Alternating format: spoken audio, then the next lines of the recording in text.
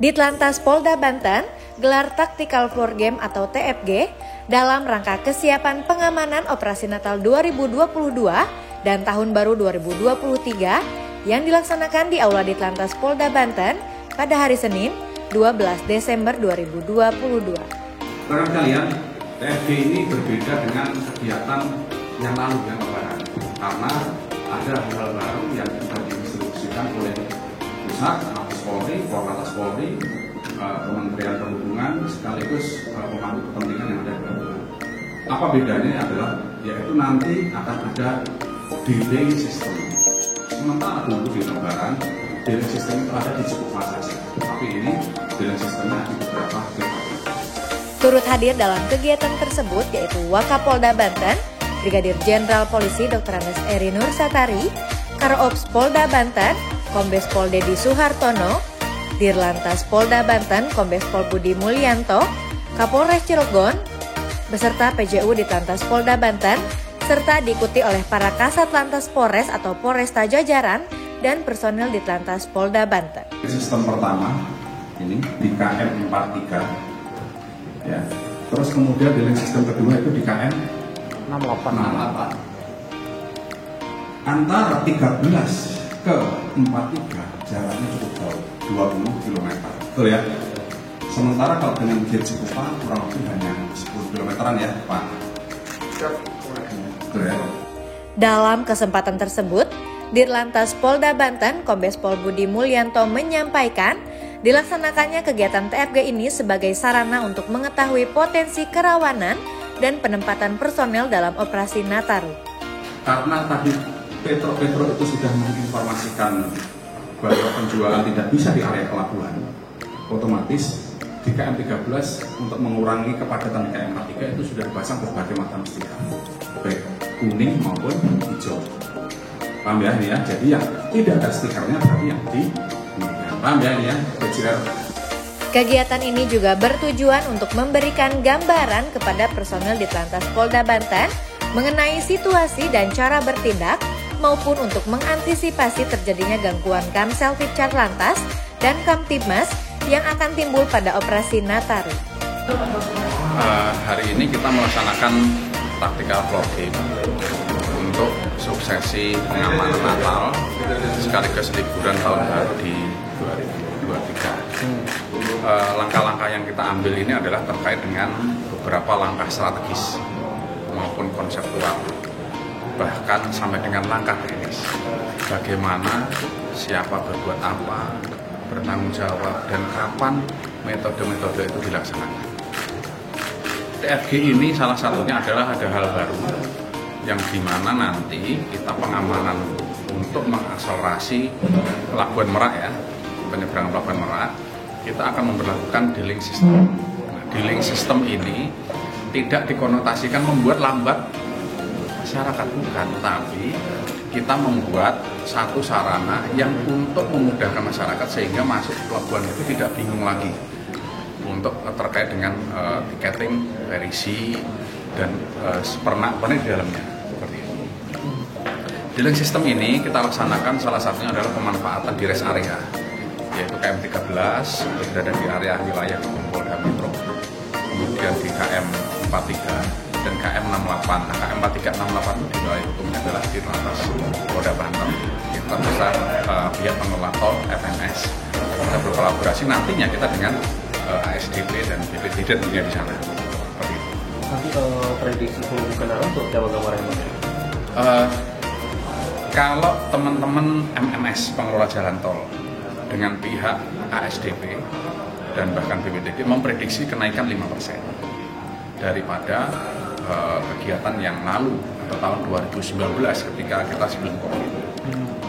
Tapi kalau kita dari Ditlantas, kita memposisikan kenaikannya adalah 15%. Kenapa kok beda?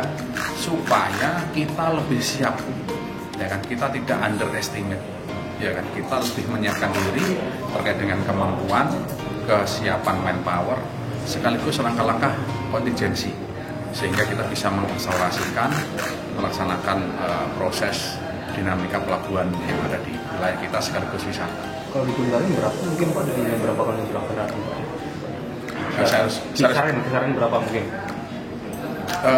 Kalau kita lihat kemampuan harian ya, kemampuan harian, kalau misalkan berarti kita taruhlah di pelabuhan itu 18.000 dalam satu hari, ya kita asumsikan naikkan 15%. Berarti kurang lebih ada ya 20.000 lah seperti itu per hari. Itulah prediksi-prediksi kenaikan kita yang ada. Kalau debit kendaraan, kita membuatnya adalah parameternya adalah di gerbang tol Cikupa. Seperti kita tahu, orang yang melintas gerbang tol Cikupa itu meskipun terpecah di Balaraja, kemudian di Serang, kemudian di Cikande sampai dengan Cilegon, tapi kurang lebih 60%-nya adalah menuju ke Merak. Seperti itu. Jadi misalkan rutinnya gerbang tol Cikupa itu berapa per jam? 1.200 seperti itu sampai dengan 2.000. Berarti kurang lebih kita bisa memprediksi.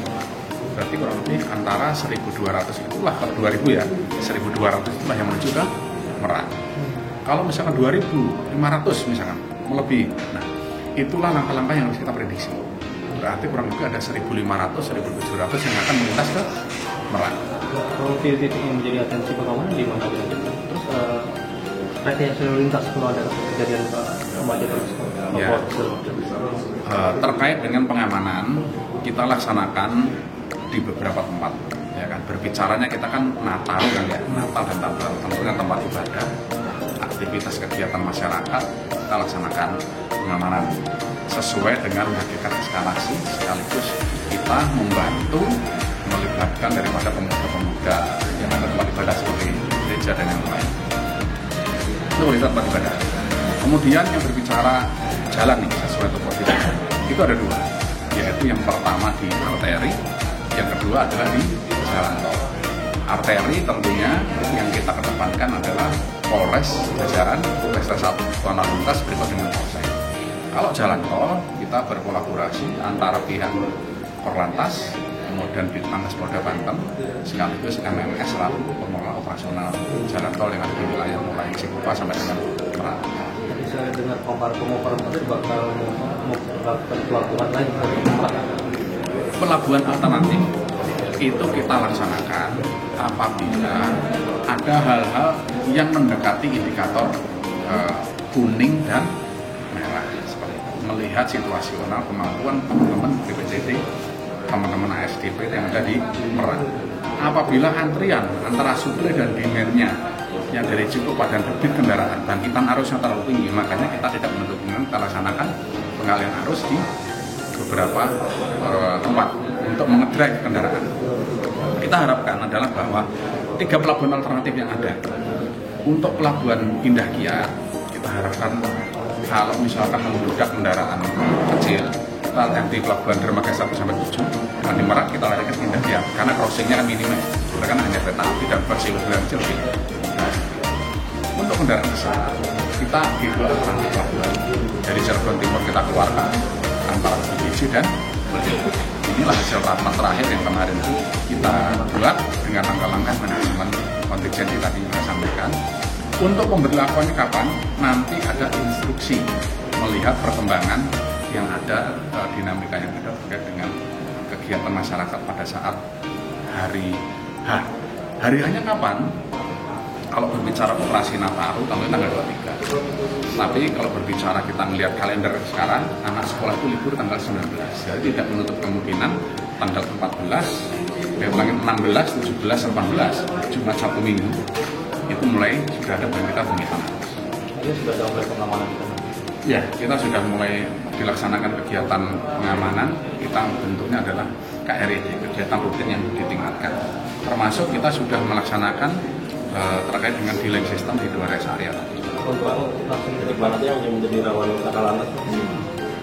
Data lawan nakal lantas setiap wilayah ada, ya kan. Di setiap jalur arteri ada, ya kan. Nanti secara detail dan rinci nanti akan saya sampaikan ke supaya masyarakat lebih berhati-hati. Kalau di tol, rawan lakanya mana? Kita tahu. Rawan lakanya adalah mulai dari Cikande sampai dengan Serang Timur. Sebenarnya ada perbaikan dulu. Ditambah beberapa ruas penggal jalan yang mengalami kerusakan seperti kalau kita dari Cilegon kan ada yang Gelombang. Itulah beberapa daerah-daerah yang akan terkait dengan kerusakan. gelar aja. Apel gelar nanti Pak Karop ya. Mungkin kalau gelar operasi Nataru mungkin ada 2-3. Tapi kalau terkait dengan dinamika KRID, kita mulai kalau salah hari Jumat. Insya Allah mungkin hari Jumat sudah ada KRID. Kalau mungkin ada Pak Kapolda mungkin kita memerlukan sesuatu apel untuk menyamakan satu visi persepsi pengamanan, berarti kita laksanakan hari Jumat. Kita masih monitoring sesuai dengan eskalasi kebutuhan yang ada. Karena kan ada sesuatu yang tidak seperti biasanya. Salah satunya adalah dealing system yang ada di KM43 maupun 68 ini sekarang masih kita inventarisasi. Kalau masalah teror gimana Pak? Ya teror kita harapkan tidak terjadi karena apapun ceritanya. Karena apapun ceritanya terkait dengan teror itu sendiri merupakan sesuatu hal yang tidak baik dari sudut pandang agama, dari sudut pandang yang kita terjadi. Pasti antisipasi ada, ya kan mungkin teman-teman pernah dengar kan salah satu Pak Kapolda melaksanakan indikator, kan? Terus kemudian di penjagaan di area tempat tertentu, kemudian melaksanakan penajaman intelijen, penebalan beberapa personel Polri pada daerah yang menjadi potensi yang munculnya bahaya-bahaya teroris. Sangat gamblang.